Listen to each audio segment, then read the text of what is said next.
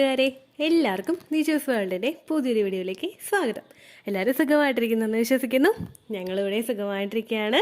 അപ്പോൾ എല്ലാവരും സന്തോഷത്തോടെയും ആരോഗ്യത്തോടെയും ഒക്കെ ഇരിക്കുക കേട്ടോ. ഒരു മാസം കൊണ്ട് പ്രഗ്നന്റ് ആവുക അല്ലെങ്കിൽ എത്രയും വേഗം പ്രഗ്നന്റ് ആവുക എന്ന് പറയുന്നത് വിവാഹം കഴിഞ്ഞിട്ടുള്ള ഓരോ സ്ത്രീയെ സംബന്ധിച്ചിടത്തോളം അവർക്ക് ഏറ്റവും കൂടുതൽ ആഗ്രഹമുള്ള അല്ലെങ്കിൽ അവർ ഏറ്റവും കൂടുതൽ പ്രതീക്ഷിക്കുന്ന ഒരു കാര്യമാണ്.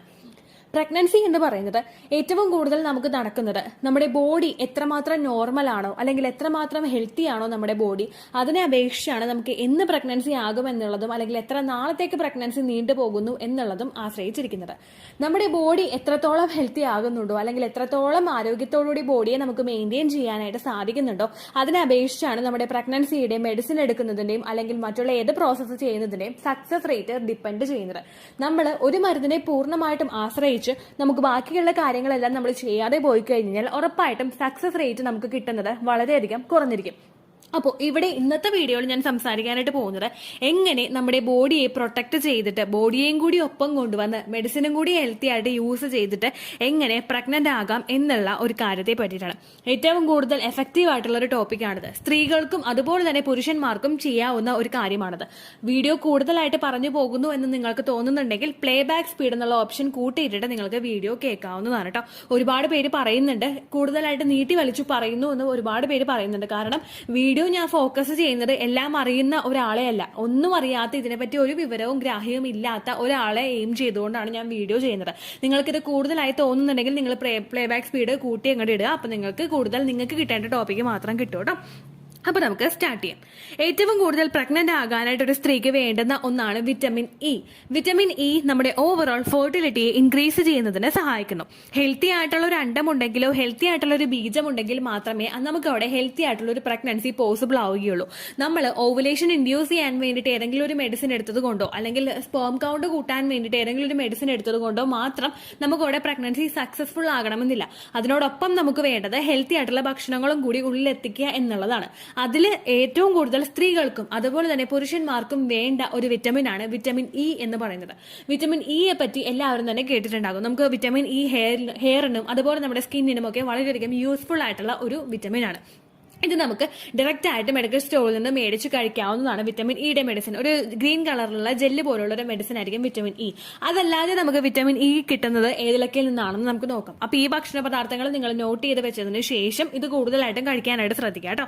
വിറ്റമിൻ ഇ അടങ്ങിയിട്ടുള്ള ഭക്ഷണങ്ങൾ എന്ന് പറയുന്നത് ആൽമണ്ട്, അതായത് നമ്മുടെ ബദാം, അവോക്കാഡോ, ചീര, sunflower seed, broccoli, peanut, tomato, egg, ഇതിലെല്ലാത്തിലും വിറ്റമിൻ ഇ അടങ്ങിയിട്ടുണ്ട്.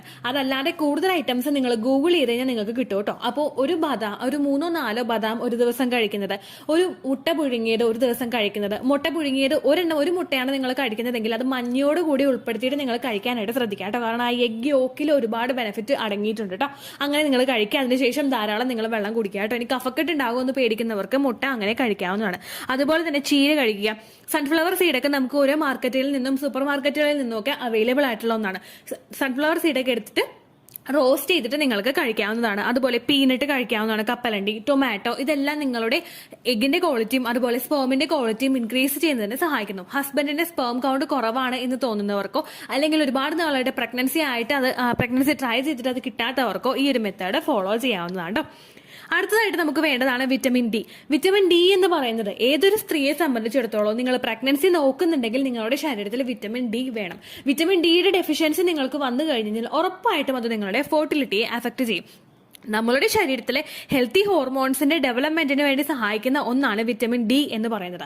ആ വിറ്റമിൻ ഡി അവിടെ ഇല്ല എങ്കിൽ ഹെൽത്തി ഹോർമോൺസിന്റെ പ്രൊഡക്ഷൻ അവിടെ നടക്കില്ല.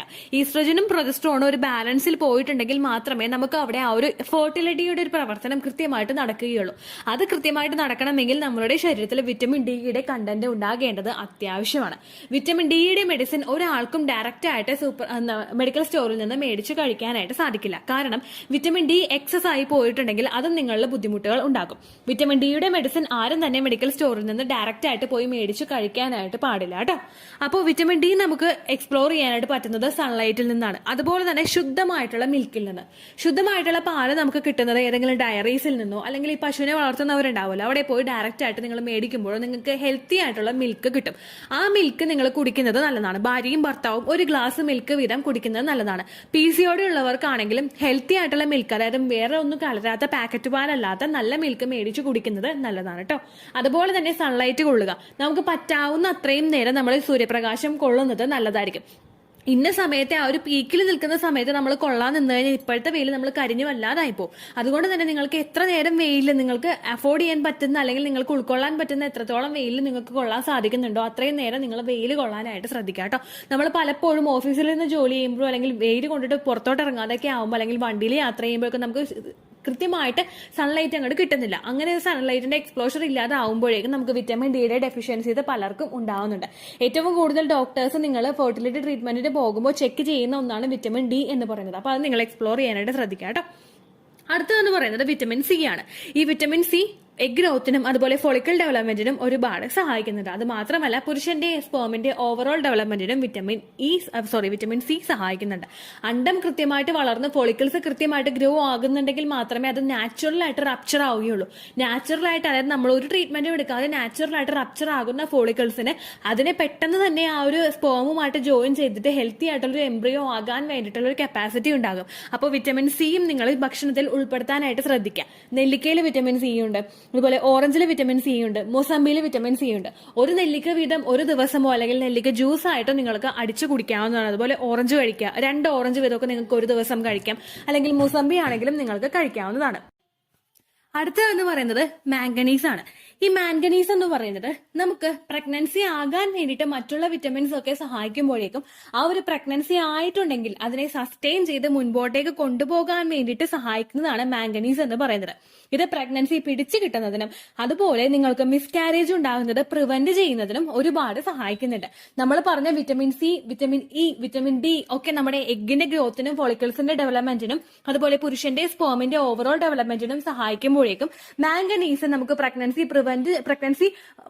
മിസ്കാരേജ് ഉണ്ടാവുന്നത് പ്രിവെന്റ് ചെയ്യുന്നതിന് ഒരുപാട് സഹായിക്കുന്നുണ്ട് കേട്ടോ. അപ്പൊ ഈ മാംഗനീസ് കൂടുതലായിട്ട് അടങ്ങിയിട്ടുള്ളത് പയറുവർഗ്ഗങ്ങളില്, നട്ട്സില്, അതുപോലെ ക്യാബേജില്, സ്വീറ്റ് പൊട്ടറ്റോയില്, ബാക്കിയുള്ള വെജിറ്റബിൾസിലൊക്കെ മാംഗനീസ് അടങ്ങിയിട്ടുണ്ട്. നിങ്ങൾ പ്രഗ്നൻസി ട്രൈ ചെയ്യുമ്പോഴേക്കും ഒരു ഓവുലേഷൻ കഴിഞ്ഞിട്ടുള്ള സമയത്ത് ചെറുപയർ, വൻപയർ, കടല ഇങ്ങനെയുള്ള പയറുവർഗ്ഗങ്ങളൊക്കെ നിങ്ങൾ മുളപ്പിച്ചിട്ടോ അല്ലാതെയോ ഒരു ദിവസം തന്നെ എടുക്കുന്നത് നിങ്ങളുടെ ഫെർട്ടിലിറ്റിയും അതുപോലെ തന്നെ നിങ്ങളുടെ ആ ഒരു പ്രഗ്നൻസി ആയിട്ടുണ്ടെങ്കിൽ എംബ്രിയോടെ ഫോം ആയിട്ടുണ്ടെങ്കിൽ അതിന് ഗ്രോത്ത് ഇല്ലാതെ മിസ്കാരേജ് ആയി പോകുന്നതും ഹാർട്ട് ബീറ്റ് ഇല്ലാതെ മിസ്കാരേജ് ആയി പോകുന്നതും പ്രിവെന്റ് ചെയ്യുന്നതിന് ഒരുപാട് സഹായിക്കുന്നുണ്ട് കേട്ടോ.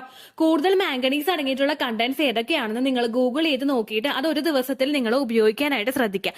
എസ്പെഷ്യലി ഓവുലേഷൻ കഴിഞ്ഞിട്ടുള്ള സമയങ്ങളിൽ നിങ്ങൾ ഉപയോഗിക്കാനായിട്ട് ശ്രദ്ധിക്കുക കേട്ടോ. അടുത്തതെന്ന് പറയുന്നത് വിറ്റമിൻ B6ഉം വിറ്റമിൻ B12ഉം.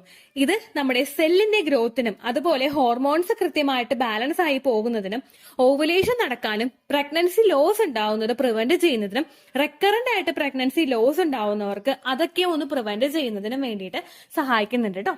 ഏകദേശം നമ്മുടെ മാംഗനീസും അതുപോലെ വിറ്റമിൻ B6, വിറ്റമിൻ B12 ഇതെല്ലാം തന്നെ ചെയ്യുന്നത് ഒരേ പെർഫോമൻസ് ആണ്. നമ്മുടെ സെല്ലിന്റെ ഗ്രോത്തും അതുപോലെ തന്നെ നമ്മുടെ ആ ഒരു പ്രഗ്നൻസി ഉണ്ടാകുന്നതൊക്കെ പ്രിവെന്റ് ചെയ്യാനും ഇത് സഹായിക്കുന്നതോടൊപ്പം നിങ്ങളുടെ കുഞ്ഞിനെ ഹാർട്ട് ബീറ്റ് ഉണ്ടാകാതെ പ്രശ്നങ്ങൾ ഉണ്ടാവുന്നുണ്ടെങ്കിൽ അത് പ്രിവെന്റ് ചെയ്യുന്നതിനും അതുപോലെ തന്നെ റെക്കറന്റ് ആയിട്ട് മിസ്കാരേജ് ഉണ്ടാവുന്നവർക്ക്, കെമിക്കൽ പ്രഗ്നൻസീസ് ഉണ്ടാവുന്നവർക്ക് അങ്ങനെയുള്ള കാര്യങ്ങളൊക്കെ പ്രിവെന്റ് ചെയ്യുന്നതിനും സഹായിക്കുന്നുണ്ട് കേട്ടോ. നിങ്ങൾ ഈ മാസം തന്നെ പ്രഗ്നന്റ് ആവണമെങ്കിൽ ഓവുലേഷൻ കഴിഞ്ഞിട്ട് ഇത് എടുത്തത് കൊണ്ട് മാത്രം നിങ്ങൾക്ക് ആ ഒരു ഹാർട്ട് ബീറ്റിന്റെ പ്രശ്നങ്ങൾ ഉണ്ടാവാതിരിക്കുമോ അങ്ങനെ ഒന്നും ഉണ്ടാവില്ല. നമ്മളൊരു 3 മാസമെങ്കിലും അല്ലെങ്കിൽ 2 മാസമെങ്കിലും നിങ്ങൾ മിനിമം ഇത് കണ്ടിന്യൂസ് ആയിട്ട് ഫോളോ ചെയ്യാം കേട്ടോ.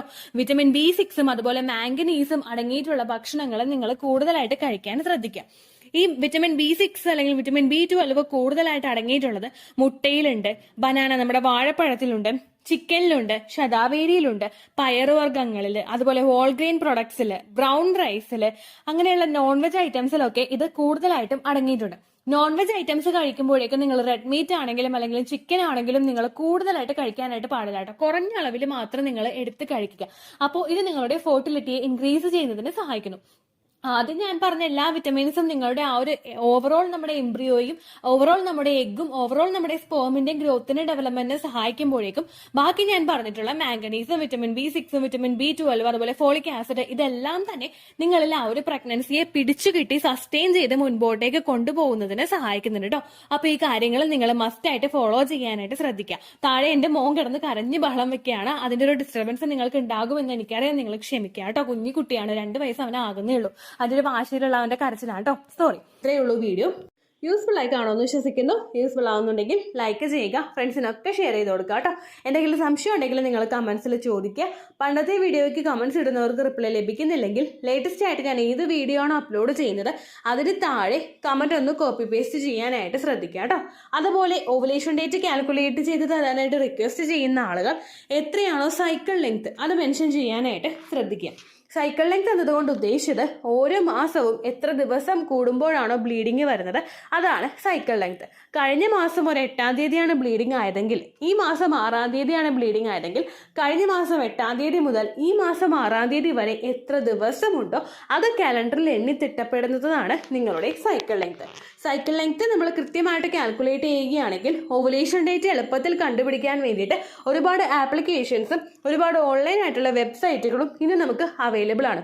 പ്ലേ സ്റ്റോറിൽ പോയിട്ട് ഓൺലൈൻ ഓവുലേഷൻ ട്രാക്കർ എന്ന് ടൈപ്പ് ചെയ്ത് കഴിഞ്ഞാൽ നിങ്ങൾക്ക് അതുമായിട്ട് ബന്ധപ്പെട്ടിട്ടുള്ള ആപ്ലിക്കേഷൻസ് കിട്ടും. അത് പറ്റുന്നില്ല എങ്കിൽ ഗൂഗിളിൽ പോയിട്ട് ഓൺലൈൻ ഓവുലേഷൻ കാൽക്കുലേറ്റർ എന്ന് ടൈപ്പ് ചെയ്ത് കഴിഞ്ഞാൽ അതുമായിട്ട് ബന്ധപ്പെട്ടിട്ടുള്ള വെബ്സൈറ്റുകൾ നിങ്ങൾക്ക് കിട്ടും. അതിൽ നിങ്ങളുടെ ലാസ്റ്റ് മന്തിലെ മെൻസ്ട്രേഷൻ്റെ ഡേറ്റും ഒപ്പം ഞാൻ ഈ പറഞ്ഞ രീതിക്ക് നിങ്ങൾ കാൽക്കുലേറ്റ് ചെയ്യുന്ന സൈക്കിൾ ലെങ്ത്തും എൻ്റർ ചെയ്ത് കൊടുക്കുകയാണെങ്കിൽ നിങ്ങൾക്ക് കൃത്യമായിട്ട് ഓവുലേഷൻ ഡേറ്റ് കണ്ടുപിടിക്കാനായിട്ട് സാധിക്കും. ഫെർട്ടൈൽ ടൈം പീരീഡും നിങ്ങൾക്ക് കിട്ടും. അതായത് എത്ര ദിവസം മുതൽ കോൺടാക്ട് ചെയ്ത് തുടങ്ങിക്കഴിഞ്ഞാൽ നിങ്ങൾ പ്രഗ്നൻ്റ് ആകും എന്നുള്ളൊരു ഡേറ്റും നിങ്ങൾക്ക് പ്രോപ്പറായിട്ട് കിട്ടും കേട്ടോ. ഇത് കാൽക്കുലേറ്റ് ചെയ്യുന്ന സമയത്ത് സൈക്കിൾ ലെങ്ത് കാൽക്കുലേറ്റ് ചെയ്യുന്ന സമയത്ത് നിങ്ങളുടെ ആ ഒരു കലണ്ടറിൽ നോക്കി തന്നെ നിങ്ങൾ കാൽക്കുലേറ്റ് ചെയ്യുക. പല മാസങ്ങളിലും 30-31 ദിവസമുണ്ട്, അതുകൊണ്ടാണ് അങ്ങനെ പറഞ്ഞത്. ഒപ്പം നിങ്ങൾക്ക് ബ്ലീഡിങ് തുടങ്ങിയ ദിവസത്തിന് വേണം നിങ്ങൾ ഡേ 1 ആയിട്ട് എടുക്കാൻ വേണ്ടിയിട്ട്. സ്പോട്ടിങ് തുടങ്ങിയ ദിവസത്തിനെ, അതായത് ചെറുതായിട്ട് ഡിസ്ചാർജ് പോയി തുടങ്ങിയ ദിവസത്തിനെ നിങ്ങൾ കൺസിഡർ ചെയ്യേണ്ട ആവശ്യം ഇല്ല കേട്ടോ. അപ്പോൾ ഇത്രയേ ഉള്ളൂ വീഡിയോ. അടുത്തൊരു വീഡിയോ ആയിട്ട് നമുക്ക് വീണ്ടും കാണാം. ബൈ.